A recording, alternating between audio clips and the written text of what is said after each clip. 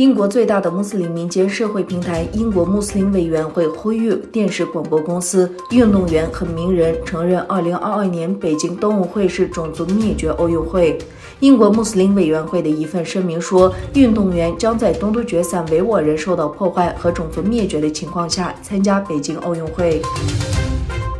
美国总统拜登在一份声明中表示，美国特种部队在叙利亚西北部的一次突袭中击毙了伊斯兰国极端组织的最高领导人阿布伊布拉辛·哈希米·库雷什。拜登说，库雷什在美国对叙利亚发动的突袭行动中被从战场上铲除。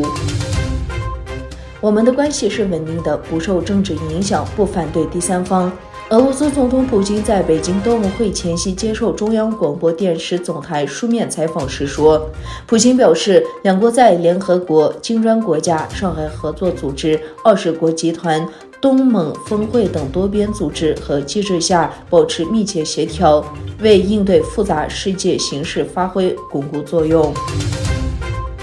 应乌克兰总统费拉基米尔·泽连斯基的邀请，土耳其总统埃尔多安已抵达乌克兰，出席土耳其和乌克兰高级战略委员会第10次会议。经过约3小时10分钟的双边会晤后，埃尔多安和泽连斯基举行联合记者会。埃尔多安在讲话中谈到了乌克兰与俄罗斯之间的危机，并强调土耳其已准备好履行结束危机的责任。埃尔多安和泽连斯基签署了8项协议。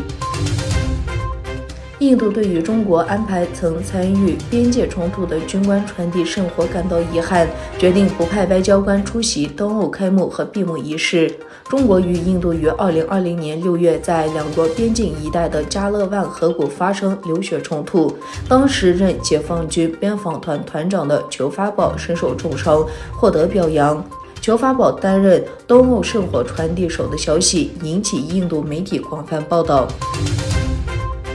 俄罗斯决定关闭德国之声莫斯科分社并禁止其广播，以报复德国对今日俄罗斯节目的禁令。周三，德国媒体监管机构禁止近日俄罗斯德语频道在其网站和移动应用程序上播出。据俄罗斯外交部宣布，将启动一项程序，将德国之声归为外国代理人。据报道，属于北大西洋公约组织的英国和挪威战机在北海拦截了俄罗斯轰炸机和侦察机。